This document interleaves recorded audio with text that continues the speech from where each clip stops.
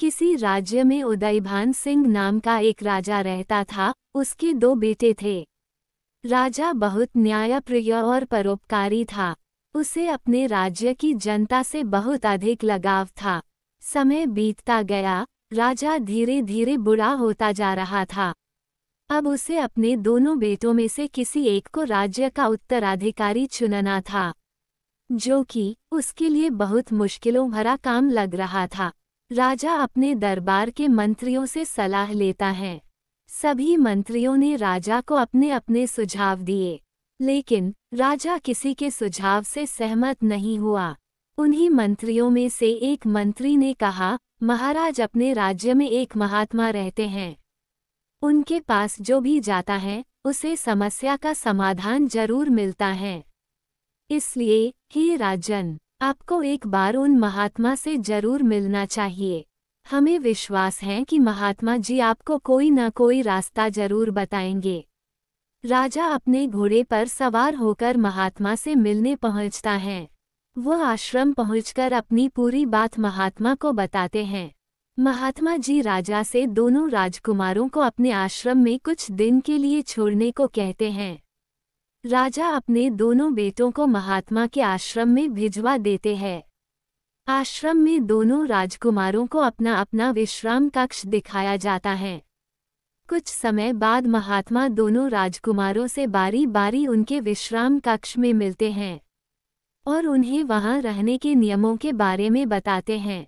दोनों राजकुमारों के विश्राम कक्ष के बीच में एक झोपड़ी बनी हुई थी, जिसमें राजा छिपकर अपने राजकुमारों के बर्ताव को देखता था। राजा का बड़ा बेटा आश्रम में भेजे जाने से बहुत नाराज होता है। वह आश्रम में रहने के किसी भी नियम को नहीं मानता था, जबकि उसका छोटा भाई सुबह उठकर अपने विश्राम कक्ष की सफाई करना, नहाना धोना, पूजा पाठ करना, सभी तरह के नियमों का पालन करता था।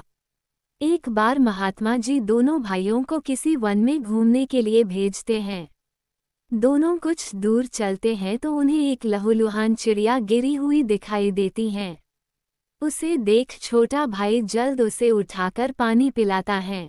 उसके घावों पर पट्टी भी करता है, जबकि बड़ा भाई उसे ऐसा करने से मना करता है, लेकिन वो उस चिड़िया को राहत पहुंचाता है। फिर दोनों राजकुमार वन में थोड़ा और आगे बढ़ते हैं तो उन्हें भिखारी का भेष बदलकर राजा और महात्मा मिलते हैं। वे दोनों राजकुमारों से कहते हैं, हम दोनों सगे भाई हैं, हमारे पिताजी की कल मृत्यु हो गई, इसलिए हम दोनों अपनी संपत्ति का बंटवारा करने के लिए राजा के पास जा रहे हैं। कृपया हमें राजा के दरबार तक पहुंचने का सही मार्ग बताएं।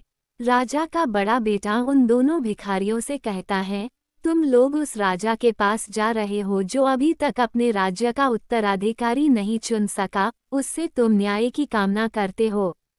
और वह जोर जोर से हंसने लगा। वहीं पास खड़े उसके छोटे भाई ने बड़े भाई को समझाते हुए कहा कि हमें किसी के बारे में ऐसी बातें नहीं करनी चाहिए। वो दोनों भिखारियों से पूछता है कि तुम्हारे पिता के पास क्या क्या संपत्ति थी। दोनों भिखारी अपनी पूरी संपत्ति का विवरण राजकुमारों को देते हैं। तभी बड़ा भाई दोनों को जमीन का आधा आधा हिस्सा बंटवारा करने के लिए कहता है। इसके अलावा उसके खेत में एक आम का पेड़ भी था, जिसमें बड़े बड़े आम लगे हुए थे। उसका बंटवारा करते हुए राजा का बड़ा बेटा कहता है, ये पेड़ जिसके जमीन के हिस्से में है उसी का होगा, या फिर इस पेड़ को काट दो और लकड़ियों को आधा आधा बांट लो। लेकिन दोनों भिखारी उस पेड़ को काटना नहीं चाहते थे। राजा का छोटा बेटा अपने बड़े भाई से इजाजत मांगते हुए कहता है, तुम दोनों इस पेड़ की देखरेख करो और जो फल और सूखी लकड़ियां मिले उसे आधा आधा बांट लिया करो। उसकी बात दोनों भिखारियों को अच्छी लगती है, जिस पर वे दोनों सहमत हो जाते हैं और वापस अपने घर चले जाते हैं। दोनों राजकुमारों को वन से वापस लौटते समय रास्ते में खून से बने पदचिन्ह दिखाई देते हैं, जिसे देख छोटा भाई बहुत अचंभित होता है। वह उन पदचिन्हों का पता लगाने के लिए उसी तरफ आगे जाने लगता है।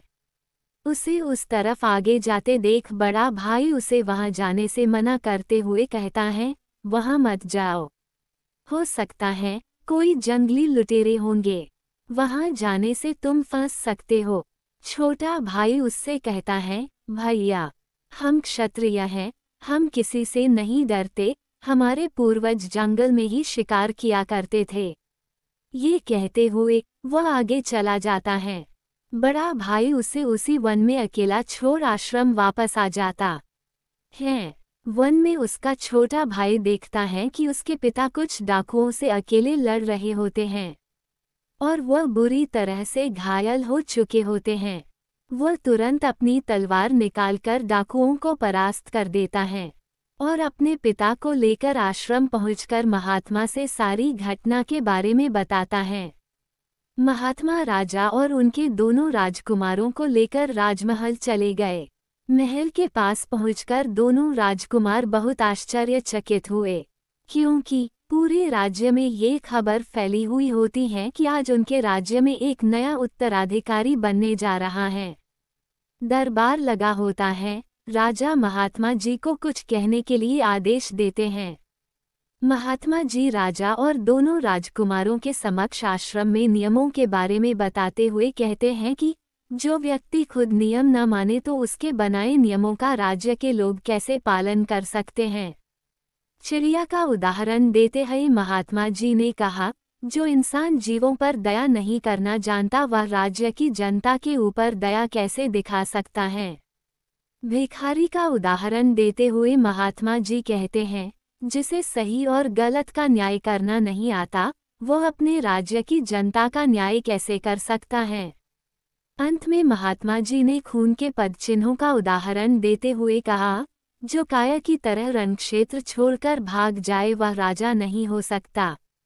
इसलिए हे राजन, मैं अपना परम शिष्य आपके छोटे बेटे को मानता हूँ। अब राज्य का उत्तराधिकारी चुनना आपके हाथ में है। वहां बैठे सभी दरबारी और मंत्रियों ने राजा के छोटे बेटे को उत्तराधिकारी बनाने के लिए अपने अपने मत प्रकट किए। इस तरह राजा अपने राज्य का उत्तराधिकारी अपने छोटे बेटे को चुनता है। नैतिक सीख, प्रेम, दया, नियम कानून के दायरे में रहते हुए इंसान लोगों के हृदय में वास करने लगता है।